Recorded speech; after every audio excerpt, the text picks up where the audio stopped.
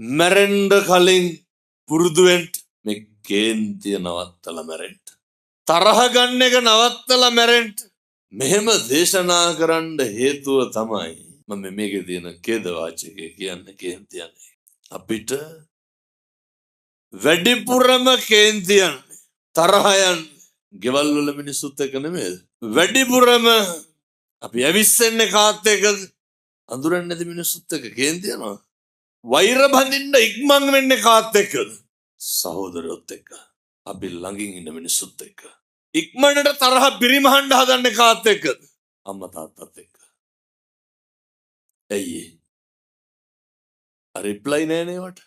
අම්මට තාත්තට මොක කිව්වත් ගැටලු තියනවද?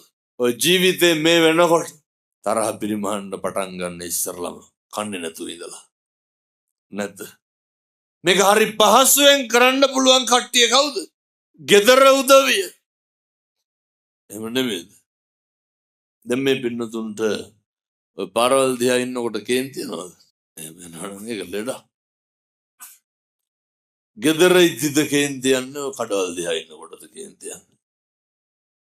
ගෙදර ඉන්නකොට.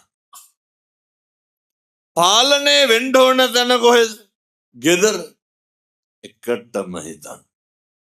හෙට ඉඳන් කව කිසිම හේතුවක් මත අම්මා තාත්තා එක්ක අමනාපකම් තියාගන්න එපා.